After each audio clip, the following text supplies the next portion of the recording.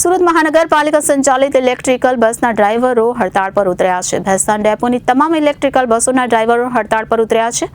છેલ્લા 2 મહિનાથી પગાર ચૂકવવામાં આવ્યો નથી અને પગાર ચૂકવવામાં ન આવે ત્યાં સુધી હડતાળ યથાવત રહેશે। તો અગાઉ પણ બસ ડ્રાઈવર દ્વારા પગારની માંગને લઈને હડતાળ પર ઉતર્યા છે।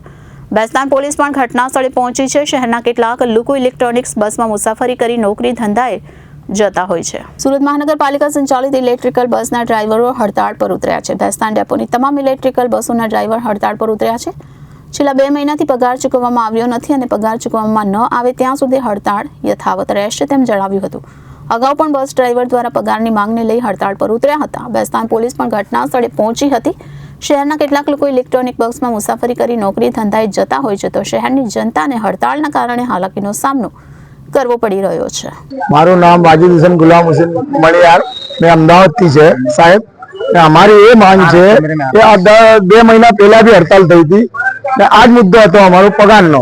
પગાર અમારો 1 થી 10 ની અંદર થઈ જવો જોઈએ। તો આજે 11 તારીખ 2 મહિના પહેલા भी આ લોકો 15-20 તારીખ કરી નાખી, 22 તારીખ કરી નાખી હતી।